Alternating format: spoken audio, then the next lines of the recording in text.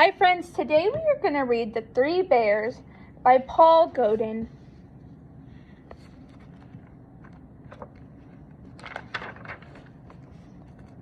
Once upon a time, there were three bears who lived together in a house of their own in the woods. One of them was a little wee bear, one was a middle-sized bear, and the other was a great big bear. They each had a bowl for their porridge. The little wee bear had a little wee bowl, the middle-sized bear had a middle-sized bowl, and the great big bear had a great big bowl. They each had a chair to sit in. Little wee bear had a little wee chair, the middle-sized bear had a middle-sized chair, and the great big bear had a great big chair. And they each had a bed to sleep in. Little wee bear had a little wee bed, the middle-sized bear had a middle-sized bed, and the great big bear had a great big bed. One morning the three bears made porridge for breakfast and poured it into their bowls, but it was too hot to eat, so they decided to go for a walk in the woods until it was cooled. While the three bears were walking, a little girl named Goldilocks came to their house. First, she looked in the window, and then she peeked in the keyhole. Of course, there was nobody inside. Goldilocks turned the handle of the door. The door was not locked because the three bears were trusting bears. They did no one any harm and never thought anyone would harm them. So Goldilocks opened the door and went right in. There was the porridge on the table. It smelled very, very good. Goldilocks didn't stop to think whose porridge it was, so she went straight to it. First, she tasted the porridge of the great big bear, but it was too hot. Then she tasted the porridge of the middle-sized bear, but it was too cold. Then she tasted the porridge of the little wee bear. It was neither too hot nor too cold, but just right. Goldilocks liked it so much that she ate it all up. And Goldilocks went into the parlor to see what else she could find.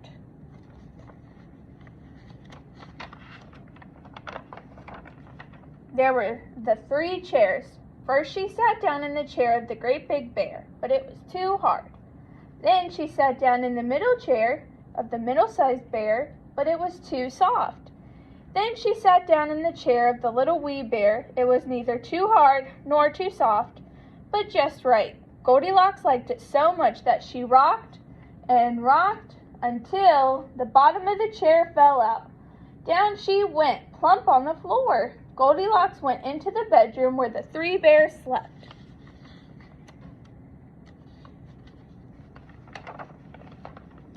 First, she lay down upon the bed of the great big bear, but it was too high at the head for her. Then she lay down upon the bed of the middle-sized bear, but it was too high at the front for her. Then she lay down upon the bed of the little wee bear. It was neither too high at the end nor too high at the low, but just right. Goldilocks liked it so much that she covered herself up and fell fast asleep. By this time, the three bears thought their porridge would be cool enough, so they came home for breakfast.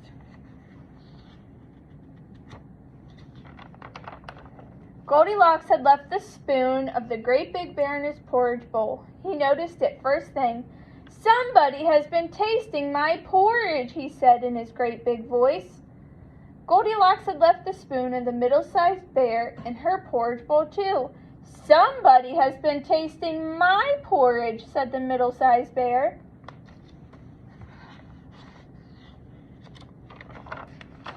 Then the little wee bear looked at his bowl. "Somebody has been tasting my porridge and has eaten it all up," cried the little wee bear. The three bears went into the parlor. Goldilocks had left the cushion crooked in the chair of the great big bear. He noticed it first thing. "Somebody has been sitting in my chair." Goldilocks had squashed down the cushion in the chair of the middle-sized bear. Somebody's been sitting in my chair. Then the little wee bear looked at his chair. Somebody has been sitting in my chair and has sat right through it. The three bears went into the bedroom.